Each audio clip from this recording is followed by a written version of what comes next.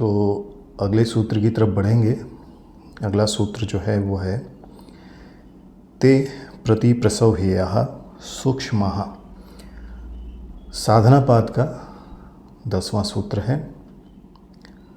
तो यहाँ पर महर्षि पतंजलि क्या कह रहे हैं, क्लेशों के बारे में जो हमने अब तक समझा उसी को आगे बढ़ाते हुए महर्षि पतंजलि कहते हैं कि ते अर्थात वे कौन से, पूर्व में जो हमने क्लेशों के बारे में बात किया है उनके बारे में बात हो रही है।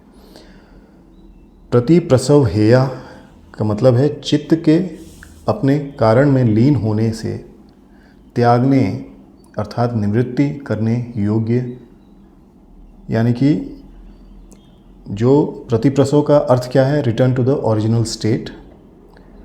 तो जो उसको आप जिससे आप निवृत्त हो सकें। सूक्ष्म यानी कि क्रिया योग से सूक्ष्म और विवेक ख्याति से अग्निदग्ध हुए जो बीज हैं। तो अर्थ इसका ये हुआ कि वे पूर्वोक्त 5 क्लेश, जो पूर्व में हमने 5 क्लेश आपके साथ डिस्कस किया, वो पूर्वोक्त 5 क्लेश जो कि क्रिया योग से सूक्ष्म और विवेक ख्याति के अग्नि से दग्ध बीज हो गए हैं, यानी कि वो बीज स्वरूप ही हैं लेकिन अब जल गए हैं, जला दिया है आपने उनको, विवेक ख्याति में दग्ध हो गए हैं। असंप्रज्ञात समाधि द्वारा चित्त के अपने कारण में लीन होने से उनकी निवृत्ति करने के योग्य हैं। तो अगर आप असंप्रज्ञात समाधि में लीन होते हैं तो वह दग्ध बीज जो आपके अंदर इस समय बचा हुआ है उसके भी समाप्ति हो जाती है। तो वे 5 क्लेश जो दग्ध बीज के सदृश हैं, यानी कि उनके स्वरूप हैं, उनके जैसे हैं, वे 5 क्लेश जो दग्ध बीज के स्वरूप हैं, योगी के चरिताधिकार चित्त के अपने कारण में लीन होते ही उसी समय चित्त के साथ लीन हो जाते हैं। तो जब आप संप्रज्ञात समाधि में जो विवेक ख्याति प्राप्त होती है आपको, और उस विवेक ख्याति से ही ये बीज स्वरूप जो आपके क्लेश हैं वो दग्ध अवस्था में है, जले हुए हैं, अब उस बीज का भी नाश होना बहुत ज़रूरी है जो कि असंप्रज्ञात अवस्था में हो सकता है। तो क्रिया योग से सूक्ष्म किए हुए क्लेश जब विवेक ख्याति रूप से दग्ध बीज के समान हो जाते हैं, तब असंप्रज्ञात समाधि द्वारा समाप्त अधिकार वाले चित्त के अपनी प्रकृति में लीन होने से वे क्लेश भी उसके साथ ही लीन होकर निवृत्त हो जाते हैं। यानी कि आपने असंप्रज्ञात समाधि की अवस्था में जो क्लेशों का जो बीज बचा हुआ है, उन क्लेशों को भी आपने समाप्त कर दिया। अब उसका जो बीज है दग्ध रूप में, वह असंप्रज्ञात अवस्था में पूरी तरह से प्रकृति में लीन होने से, क्योंकि चित्त प्रकृति में लीन हो रहा है, और जैसे ही चित्त प्रकृति में लीन होगा तो उसके साथ जो कुछ भी है चित्त में वो सब समाप्त हो जाएगा, वह सब लीन हो जाएगा। तो यहाँ पर ये समझना ज़रूरी है कि अगर आप साधना कर रहे हैं, अगर आप साधना में आगे बढ़ रहे हैं, तो ये बहुत आवश्यक है कि आप अपनी साधना को निरंतरता के साथ रखिए, ताकि आप संप्रज्ञात अवस्था में, चाहे वो वितर्क हो, चाहे वो विचार हो, चाहे वो आनंद हो, अस्मिता हो, आपको जब विवेक ख्याति प्राप्त होती है और आपके सारे क्लेश उस विवेक ख्याति में पूरी तरह से दग्ध हो जाते हैं, यानी कि जल जाते हैं, तो उस स्थिति में भी वह क्लेश जो हैं दग्ध बीज अवस्था में भी वापस अंकुरित हो सकते हैं अगर आप उसको असंप्रज्ञात अवस्था में लेकर नहीं जाते। यानी कि आप अपने चित्त को प्रकृति में लीन नहीं करते, यानी कि असंप्रज्ञात अवस्था में आगे नहीं बढ़ते हैं, तो बहुत ज़्यादा चांस है, बहुत ज़्यादा ऐसा हो सकता है कि फिर से वह उसी अवस्था में आ जाए। तो ये तो हमने हिंदी में देखा, अब हम देखेंगे कि इंग्लिश में इसी सेम चीज़ का ट्रांसलेशन क्या है। तो सेम सूत्र, It is साधनापाद 10th सूत्र. तो सूत्र क्या है? ते प्रति प्रसव हेयाः सूक्ष्मः. So te means these 5 kleshas. What are these 5 kleshas? Avidya, asmita, rag, dvesh, abhinivesh. So these 5 kleshas, prati prasav means return to the original state. Heya means are eliminated. Sukshma means subtle. So these 5 kleshas are basically subtle. They are very subtle and they are in depth inside our system. If somebody tells that yes, you are free from all the 5 kleshas or you have attained some state of this, it is very difficult to define that because it is a very subtler part, very subtler experience. So these 5 kleshas which are very subtle, they are destroyed. When they are destroyed, when the mind, when the chitta dissolves back into its original matrix, that is Prakriti. So the kleshas have to be totally destroyed by dissolving itself, by dissolving inside the original Prakriti. So Maharishi Vedvyas, what he says? Maharishi Vedvyas only comments that when the mind of the yogi has fulfilled its purpose. Now what is the role of mind for a yogi? That is basically to reach the asampragyat avastha or nirbij avastha basically. That is when the yogi has attained the permanent state of nirbij avastha. So as I was telling you that once you are in the permanent stage of nirbij avastha, then it dissolves back into Prakriti. So the chitta basically dissolves back into the Prakriti once the chitta has attained the state of Nirbij Avastha. Now here Adi Shankaracharya also talks about the Prati Prasav Heya. So he says, no fire is needed for something that has already been burnt. Because when all the kleshas are already burnt, so again new fire is not needed to burn it. Then he says, not grinding mortar for what has already been ground. So you don't need anything again to grind it because it is already grinded. The mind having fulfilled its objective becomes completely still. Now when the mind or the chitta has already completely reached the stage of Nirbij Avastha and it is maintaining in that stage, then the 5 kleshas are lodged in the mind and the mind goes back to the Prakriti.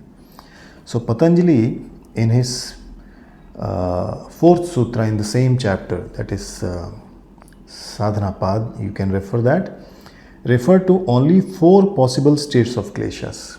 So we have heard this, we have read this, that Maharishi Patanjali talks about the 4 states of these kleshas. That is, one is dormant, weak, intermittent and fully activated. So kleshas are always present in these 4 states, that is either they are dormant, either they are weak, either they are intermittent between dormant and weak, or they are fully activated.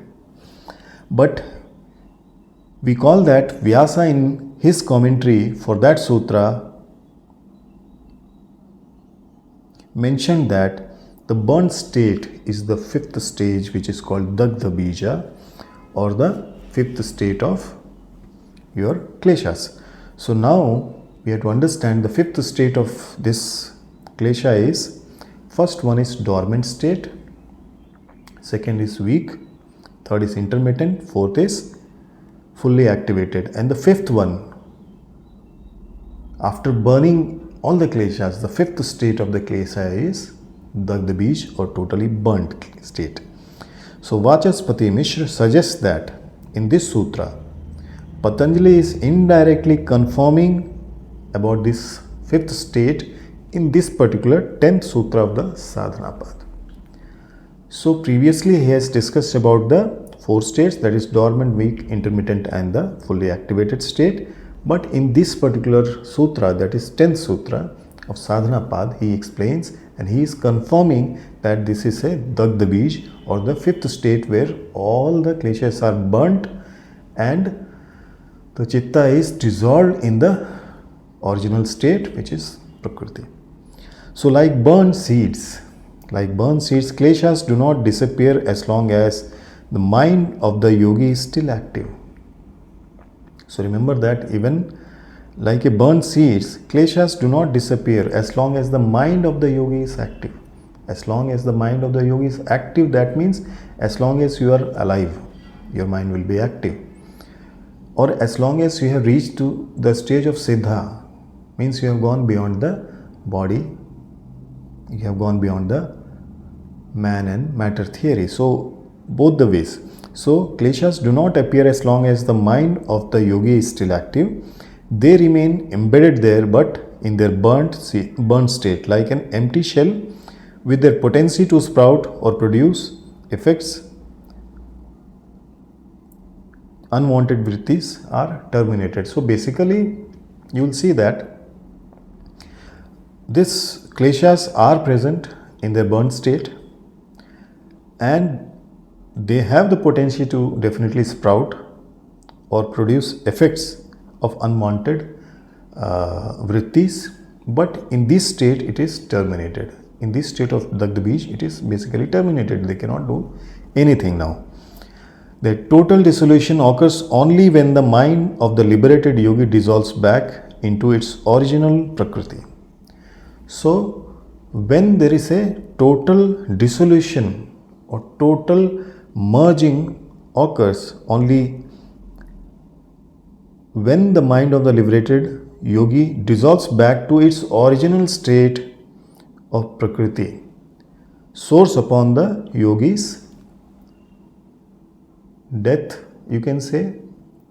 It may not be a physical death, or Pratiprasava. So where he is going back to its original state. Pratiprasava means original state. So once yogi is totally into Nirbij Avastha, then it is achieved. This stage is achieved. So the difference between the burnt seed state of kleshas and their total dissolution along with the mind into Prakriti corresponds to the difference between Sampragyat and Asampragyat. So Sampragyat is basically a burnt, this is a state where there is a total burning of all the seeds, and Asampragyat is the state where there is total dissolution of the mind into the Prakriti, when mind is totally inside the Prakriti. So you can understand Sampragyat is the initial stage where you are burning and having the fifth stage of the klesha, and Asampragyat is a state where total dissolution with the Prakriti. So there is always that until the death of the yogi occurs, and death means what? Death means it is not the death of the physical body, it is the death of all the vrittis, everything. So when a yogi attains the Asampragyat Samadhi, the mind completely dissolves along with the kleshas and thus completely ceases to function as a mind with no possibility of capturing the awareness of Purusha. So you are one with the Prakriti and you dissolve completely inside the Prakriti. So you are not capturing the awareness of the Purusha and of again producing the misidentification, rebirth and samsaric existence. Because you have burnt all the samskaras, you are one with the Prakriti. Now you are one with the Prakriti and you have reached that stage where there is a total Nirbij Avastha. There is nothing which remains. So in the Sampragyat Samadhi, basically, you will see that there is a faint trace of personal ego. It is there that you are meditating, you are practicing. And we all know that little also if we know about yoga, out of yoga. So the dot of yoga, also if you think you know, you have that ego inside you. There is a personal ego, which is also called asmita, and thus the mind along with its kleshas is still ready to dissolve away completely. So when you are in the state of sampragyat samadhi, you know very well that these kleshas are slowly getting disintegrated, and finally they are completely burnt. When they are completely burnt and when you reach the nirbij avastha, that is the stage which this sutra is explaining to you. So these kleshas, these 5 kleshas which we discussed, who have the 5 different states, that is dormant state, weak state, intermittent state, and the fully activated state, followed with the Dagda Bij state, burning of all the kleshas in this state. So initial 4 stages, you can say, that is your dormant, weak, intermittent, and fully activated along with the Dagda Bija.